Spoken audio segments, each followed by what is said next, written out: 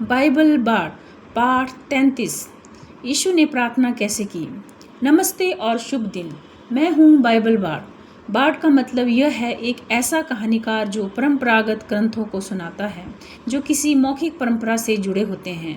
मैं यहाँ हूँ आपको यह सुनाने और समझाने के लिए कि बाइबल का साहित्य परमेश्वर और इंसानों के बारे में क्या कहता है। आज हम जहाँ खड़े हैं वह विषय है प्रार्थना। लगभग हर धर्म में प्रार्थना का एक महत्वपूर्ण स्थान होता है। यह क्या है और इसे कैसे किया जाए। बाइबल में हम इस विषय को कई तरीकों से देख सकते हैं।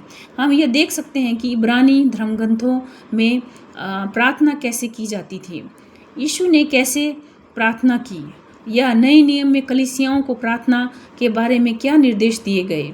आज हम कुछ उदाहरणों के जरिए यह जानने की कोशिश करेंगे कि यीशु कैसे प्रार्थना करते थे। कोई पूछ सकता है, अगर यीशु ही परमेश्वर थे तो क्या वे खुद से ही प्रार्थना करते थे।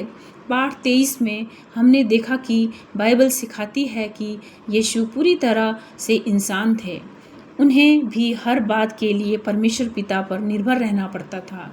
जो कहना है, जो करना है और जो निर्णय लेना है, सब में। इस तरह यीशु की मानवता हमारे जैसी ही थी। आप पाठ 24 में देखें कि बाइबल यीशु की दिव्यता के बारे में क्या सिखाती है। हम इस पर बहस नहीं कर रहे हैं। बाइबल दोनों बातें सिखाती हैं। यीशु पूरी तरह इंसान है और पूरी तरह परमेश्वर भी। मत्ती 14:23।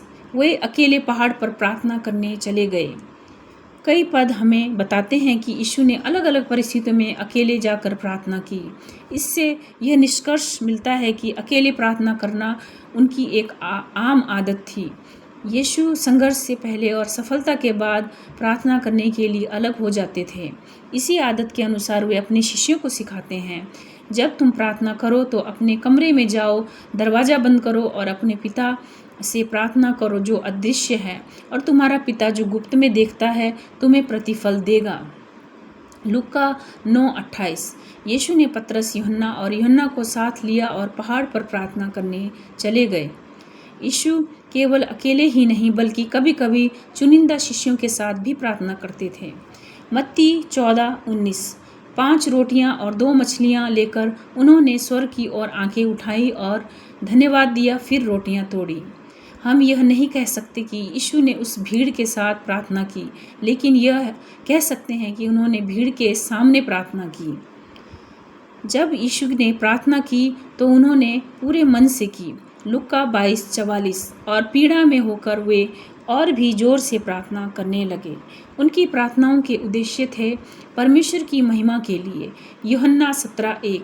हे पिता, समय आ गया है, अपने पुत्र की महिमा कर ताकि पुत्र तेरी महिमा करे। अपने लिए इब्रानियों 5:7।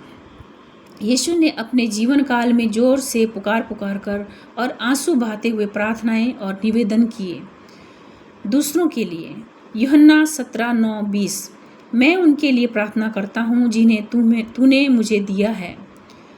व्यक्तिगत रूप से किसी के लिए लूका 22:31-32। शमौन शमौन, मैंने तेरे लिए प्रार्थना की है। अपने शत्रुओं के लिए लूका 23:34। हे पिता, इन्हें क्षमा कर क्योंकि ये नहीं जानते कि ये क्या कर रहे हैं। प्रलोभन पर विजय पाने के लिए मत्ती 26:40-42। जागते रहो और प्रार्थना करो ताकि तुम परीक्षा में ना पड़ो। आत्मा तो तैयार है लेकिन शरीर दुर्बल है। सारांश, यीशु प्रार्थना के व्यक्ति थे। वे घुटनों पर लूका 22:44, मुंह के बल मत्ती 26:39, आंखें खुली मत्ती 14:19 प्रार्थना करते थे। जितना व्यस्त होते हैं उतनी अधिक प्रार्थना करते। मरकुस 3:20, 6:31, 33 और 46। वे व्यर्थ की दोहराई नहीं करते थे जैसे कुछ लोग करते हैं। सोचते हैं कि ज़्यादा शब्दों से ही उन्हें सुना जाएगा। वे एक ही बात के लिए एक से अधिक बार प्रार्थना कर सकते थे, लेकिन वही शब्द रटते नहीं रहते थे। उन्होंने कभी यांत्रिक तरीकों से प्रार्थना नहीं की, ना कोई लिख कर बहाया और ना हवा में उड़ाया। हमारी रुचि यह जानने में है कि यीशु ने कैसे प्रार्थना की। ईसाई का मतलब है मसीह का अनुयायी। यीशु की प्रार्थनाएं तर्कपूर्ण संवाद थी, ज़रूरतों की मांग और विशेष स्थितियों की प्रतिक्रिया में की गई प्रार्थनाएं।